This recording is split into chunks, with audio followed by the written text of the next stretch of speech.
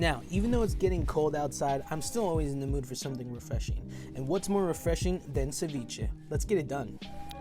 Alright guys, obviously for some ceviche, you're going to need some fish. I'm using tilapia, and what you're going to want to do is you're going to want to dice this. You can use any type of white fish that you got laying around in your house, or something that you caught when you went fishing with your parents over the weekend, whatever. So you're going to want to give this a nice little dice into bite-sized pieces. I did it roughly about the size of my thumbnail. I have chubby little thumbs, so you can imagine that. Then you're going to need about a half a cup of lime juice. Now this is very important. You need this lime juice because it's going to cure the fish. The mixture of salt and lime juice is going to provide that cure. So go ahead and juice roughly around 8 to 10 limes. That's what gave me about half a cup here. And then you're going to salt your fish because that's obviously going to add to the cure.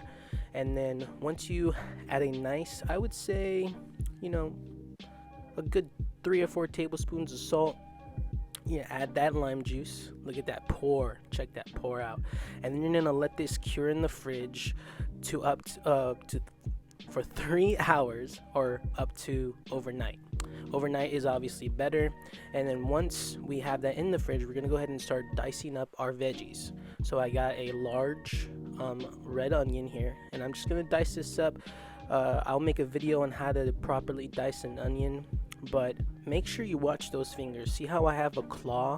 I clawed it up so I don't cut myself. Watch those fingers again. I did not follow my technique here. Almost sliced through that onion, and then just give that a nice little dice so it looks nice and pretty for when you scoop that up on a nice chip.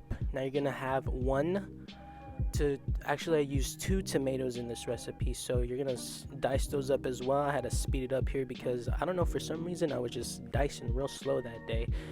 And tomatoes have like this gelatinous thing in the middle of them. It's gonna add a little bit of liquid to your ceviche, but that's okay.